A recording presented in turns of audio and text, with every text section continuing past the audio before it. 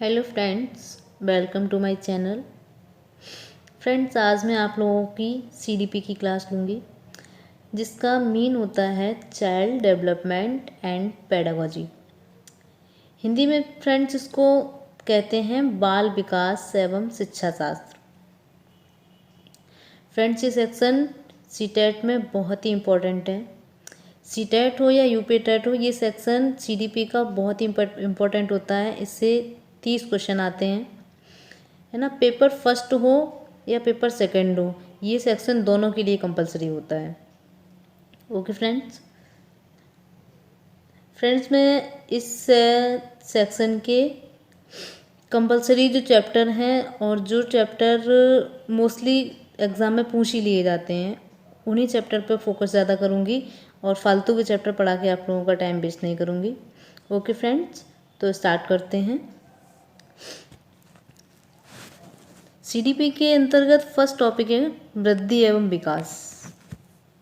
Okay दोस्तों, वृद्धि और विकास को समझते हैं। ये हमारा फर्स्ट टॉपिक है। विकास का अर्थ। विकास का अर्थ है आगे की ओर क्रमबद्धता से बढ़ना। अर्थात विकास की जो प्रक्रिया होती है एक बच्चे में, वो क्रमबद्ध होती है, क्रम के साथ में चलती है। जैसे कोई बच्चा है, अगर वो लेटा होता है तो वो पहले पलटना सीखता है। पलटने के बाद में वो बैठना सीखेगा, खिसकना सीखेगा, या पैरों के बल चलना सीखेगा, जिससे उकड़ू चलना कहते हैं। या फिर उसके बाद वो खड़ा होना सीखेगा, खड़े होने के बाद पैदल चलना सीखेगा। तो ये क्या है, ये विकास क्रम से बढ़ रहा है। बच्चे में विकास तो हो रहा है लेकिन क्रमबद्धता के साथ हो रहा है। इसी को दोस्तों विकास कहते हैं। विकास निरंतर चलने वाली प्रक्रिया होती है, ये कभी ख़त्म नहीं होती है। ये प्रक्रिया हमेशा चलती रहती है, इसीलिए इसको जन्म से कब्र तक चलने की प्रक्रिया कहा जाता है, या इसको गर्भ से कब्र तक चलने की प्रक्रिया भी कह सकते हैं, क्योंकि विकास माँ के गर्भ से ही होना शुरू हो जाता है। दोस्तों, विकास कभी भी रिवर्स नहीं होता, पीछे नहीं लौटता। इसमें कोई बैक गियर नहीं होता कि पीछे लौटने वाली कोई वो हो प्रक्रिया। विकास पीछे की तरफ नहीं होता है, विकास सदैव आगे की तरफ प्रगतिशील रहता है। ओके दोस्तों, या यहाँ से क्वेश्चन भी बनता है कि विकास कैसी प्रक्रिया है। तो विकास निरंतर चलने वाली प्रक्रिया है, या तो ऑप्शन में ये होगा, या फिर विकास प्रगतिशील रहता है, ऑप्शन में ये भी हो सकता है, या हो सकता है विकास गर्भ से कब्र तक चलता है। तो आप लोगों को ऑप्शन एक ही मिलेगा इन तीनों में से दोस्तों, तो ऑप्शन गलत करके नहीं आना है। ओके, आगे बढ़ते हैं। वृद्धि। वृद्धि एक ऐसा शारीरिक परिवर्तन है जिसको मापा जा सकता है। अर्थात वृद्धि एक ऐसा शारीरिक परिवर्तन है जिसे हम मात्रात्मक कहते हैं, जिसको माप तौल सकते हैं, है ना। जैसे एक बच्चा है, हम देख सकते हैं उसकी 2 महीने में हाइट कितनी बड़ी है, इंची टेप लेके उसको माप सकते हैं।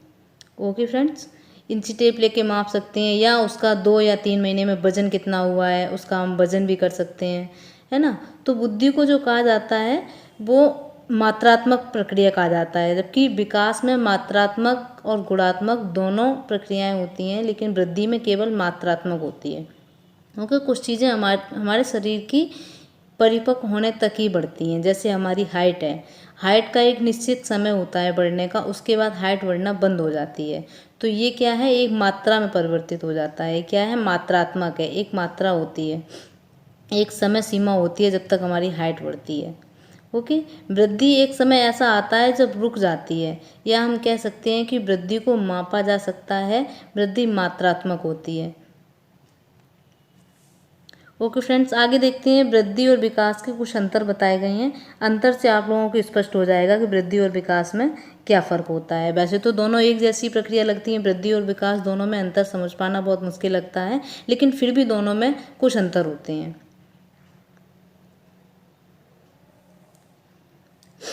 वृद्धि मात्रात्मक होती है। आप लोगों को ऊपर भी बता चुकी हूँ मैं कि वृद्धि मात्रात्मक होती है। ये मेजरिंग कर सकते हैं वृद्धि को अगर हम मेज़र करना चाहें तो ईजिली कर लेंगे, जबकि विकास मात्रात्मक और गुणात्मक दोनों होता है। विकास को विकास के अंतर्गत मात्रात्मक और गुणात्मक दोनों प्रक्रियाएं आती हैं। जो वृद्धि होती है वो विकास का ही एक अंग है। वृद्धि है और परिपक्वता है, ये दोनों ही विकास के एक अंग हैं। जैसे विकास है, विकास क्या हो गया, ये एक सर्कल हो गया, ये क्या हो गया, विकास। और इसके अंतर 2 सर्कल और हो गए, ये क्या हो गया, वृद्धि, ग्रोथ और मैच्योरिटी। क्या हो गया, वृद्धि और परिपक्वता। ये दोनों किसके, विकास के ही अंग हैं। तो जाहिर सी बात है फ्रेंड्स, अगर इसकी वृद्धि और परिपक्वता की बात की जाए तो ये विकास के ही अंदर आएंगे। तो दोनों की जो सिमिलरिटी है, दोनों की विशेषता है विकास में दिखाई देंगी। ये तो कॉमन सी बात है, आप लोगों को पता होनी चाहिए।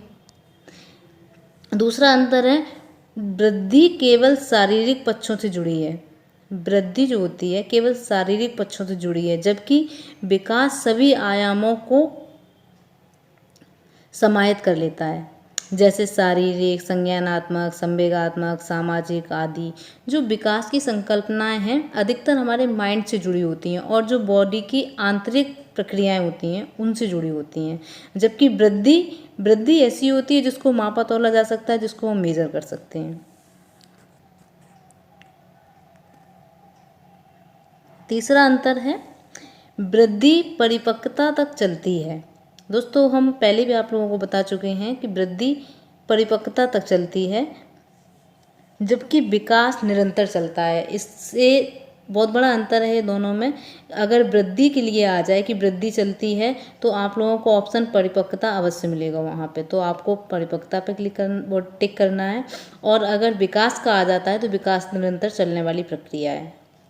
ओके फ्रेंड्स, वृद्धि को मापा जा सकता है जबकि विकास का आकलन किया जा सकता है। विकास जब पूरी तरह से होता है, हर क्षेत्र में होता है, शारीरिक, आंतरिक दोनों क्षेत्र, आंतरिक और बाहरी दोनों क्षेत्रों में होता है, तो विकास को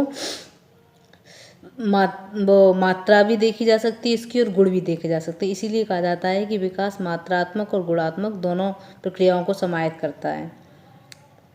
नेक्स्ट अंतर है इसका, वृद्धि में संरचनात्मक परिवर्तन होते हैं।